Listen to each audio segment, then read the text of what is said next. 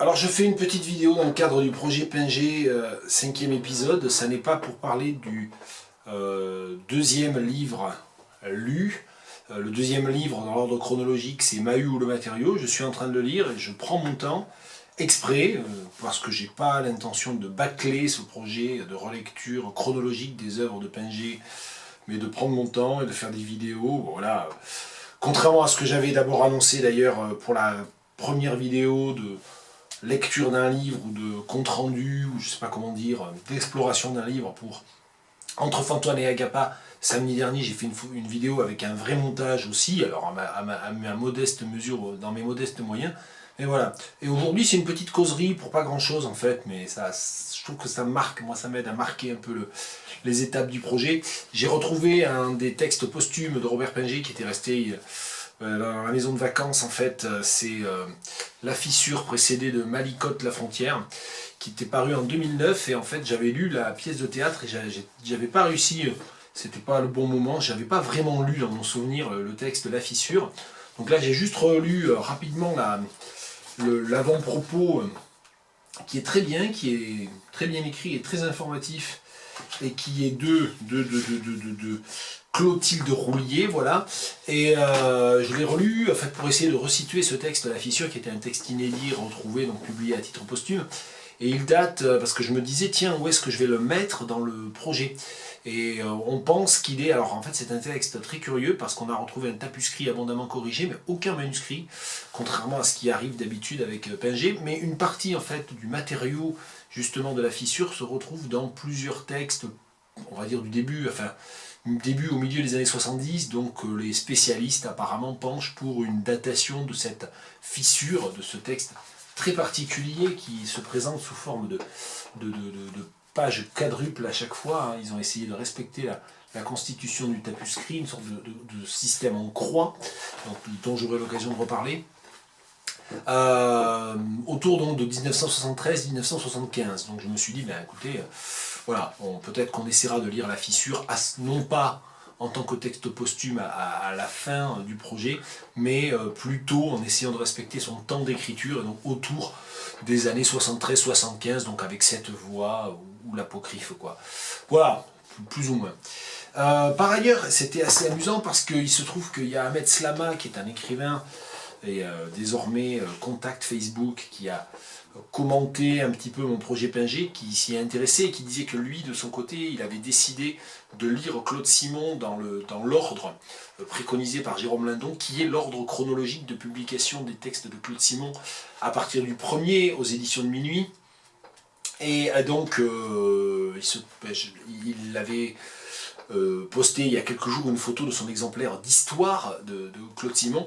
Et moi, Histoire, je l'ai ici dans un exemplaire que j'avais acheté chez un bouquiniste bordelais qui s'appelait Aner, qui était cours de la Somme, qui est un peu une sorte de mythe personnel, familial pour moi, un petit peu.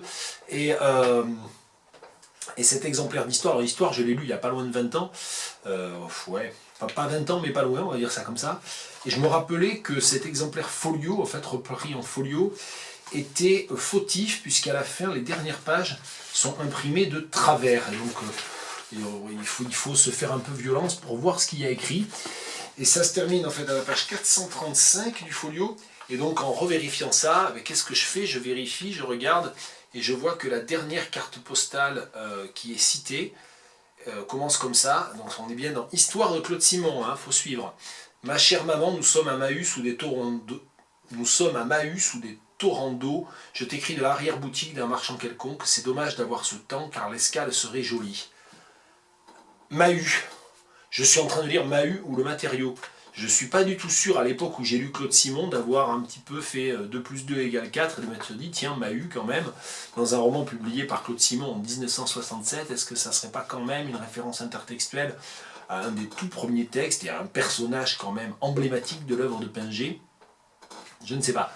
Alors du coup, je me suis aussi demandé, mais j'ai pas triché, j'ai pas cherché sur internet, donc vous allez pouvoir tricher, si Mahut c'était vraiment un lieu. Donc quand j'aurai fini de relire Mahut ou le matériau, j'en suis à peu près aux 2 tiers, je ferai une vidéo dans laquelle éventuellement, là pour le coup, j'aurais fait 2-3 recherches autour de Mahut.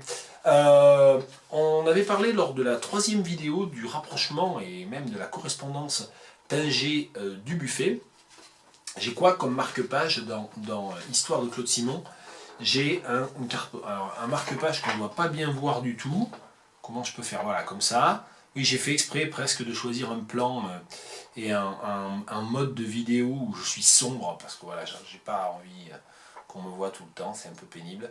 Voilà, c'est une reproduction d'un tableau de Chessac. Et bon, entre Chessac et Dubuffet, il y a d'énormes différences, mais il y a quand même une parenté dans le projet.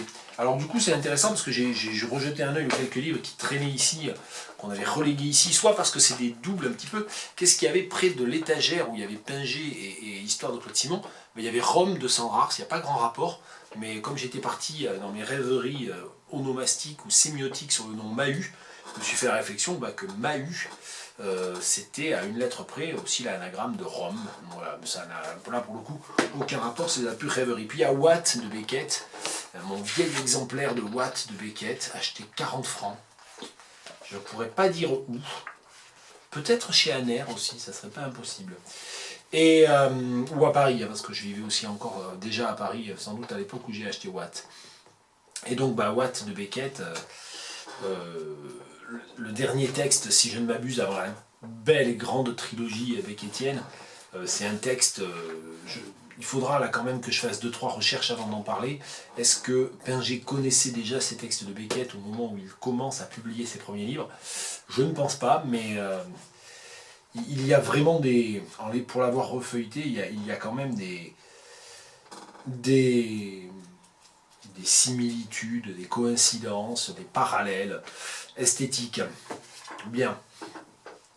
Voilà un petit peu ce que je voulais dire sur l'état du projet, sur l'état de ma réflexion, parce que embarquer dans un projet comme ça, moi je ne peux pas m'empêcher d'y penser un peu tous les jours, et même quand je me rase, non. Même en dehors des moments où je relis spécifiquement du Pinget, et en l'occurrence en ce moment, Mahut ou le matériau.